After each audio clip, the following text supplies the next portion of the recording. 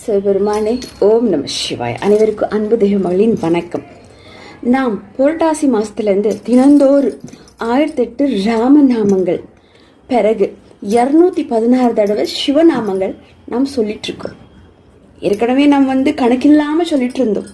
நேரம் கடிக்கும் போதெல்லாம் சில நேரம் கம்மியாயிடும், சில நேரம் ஜாஸ்தியாக இருக்கும். ஆனால் இப்போ தினந்தோறு கட்டாயமாக ஒரு நாளைக்கு நாம் 1008 தடவை ராமநாமங்கள் சொல்லணும், 216 தடவை சிவநாமங்கள் சொல்லணும்னு சொல்லி ஒரு ஒரு முடிவுடன், ஒரு உறுதியுடன் நான் இதை பண்ணிட்டு இருக்கேன். இதுக்கிடையில சில பேர் கால் பண்ணி சொல்லுவாங்க, அம்மா நமக்கு உடல்நிலை சரியில்லை, இல்லை ஏதோ ஒரு விஷயம், நல்ல விஷயம் நடக்கணும், சுவாமி கிட்ட வேண்டிக்கோங்க அண்ணும்போது அன்னைக்கு அவங்களுக்காக நம்ம சொல்லப்படும். அவங்களுக்காக அன்னைக்கு ராமநாமங்கள் 1008, பிறகு 216 தடவை சிவநாமங்கள் நம்ம சொல்லப்படும். எதுக்கு 216 தடவை சிவநாமங்கள் நாம் சொல்லணும்னு சொன்னால், ஒரு நாளைக்கு நாம் 21,600 தடவை மூச்சு விடுறோம். அந்த மூச்சு அந்த கடைசி காலத்தில் மூச்சு நின்னும் போது எல்லாமே முடிஞ்சு போச்சு ஒரு மனிதனோட வாழ்க்கையில், இல்லைங்களா? அப்போன்னா நான் ஒரு நாளைக்கு 20,600 தடவை மூச்சு விடும்போது அப்போன்னா நாம் அவ்வளோ நாமங்கள், சிவநாமங்கள் சொல்லணும். ஏன்னா இந்த மூச்சு கொடுத்ததே சிவபெருமான் தான், இல்லைங்களா? அவருக்கு நாம் நன்றி சொல்லணும். அவ்வளோ சொல்ல முடியாதுன்றதுனால தான் ஒரு 216 சாஸ்திரத்தை சொல்லப்பட்டிருக்கு. 216 தடவை சொல்லுங்க, தினந்தோறும் சொல்லுங்க அன்னிட்டு. அந்த வரிசையில் ஒரு நாளைக்கு 216 தடவை நாம் சிவநாமங்கள் சொல்லும் போது, அதுவே 30 நாளைக்கு நாம் எடுத்துக்கிட்டோம்னா 6,480 தடவை நம்ம சொல்லியிருக்கோம், இல்லைங்களா? 30 நாளைக்கு இவ்வளோ என்ன காலம் புற சொன்ன எவ்வளோ, இல்லைங்களா?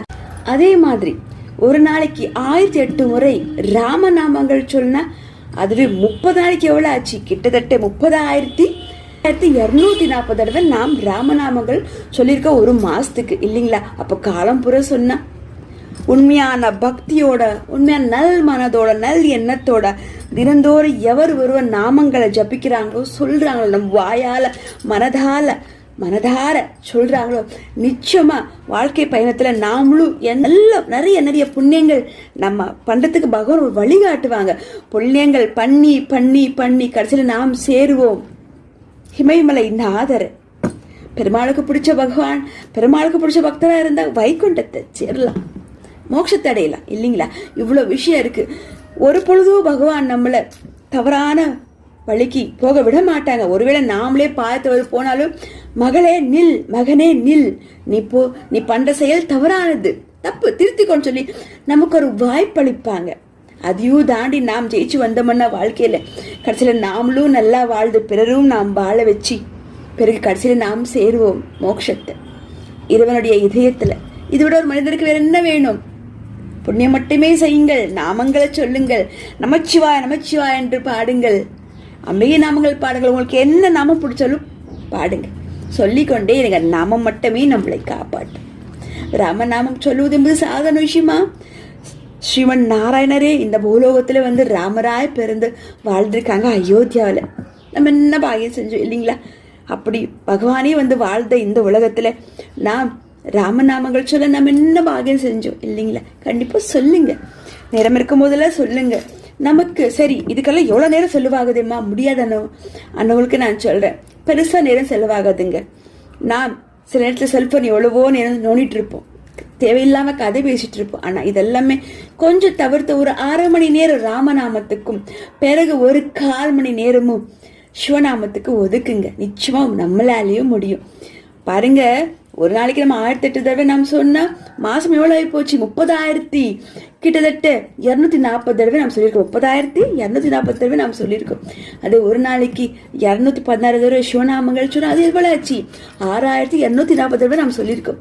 ஒரு மாசத்துக்கே இவ்வளவுன்னா காலம் புற சொன்ன பகவான் நம்ம எந்த அளவுக்கு தாக்கி பிடிப்பாங்க. நிச்சயமா நாம் நினைச்ச காரியங்கள் இந்த பூலோகத்துல நல் மனசுக்கு ஏற்ற மாதிரி, நல் எண்ணத்துக்கு ஏற்ற மாதிரி நாமளும் சாதனை பண்ணி ஜெயிச்சு காட்டலாம். ஜெயிச்சே தீரும், எந்த மாற்றமும் இல்லை.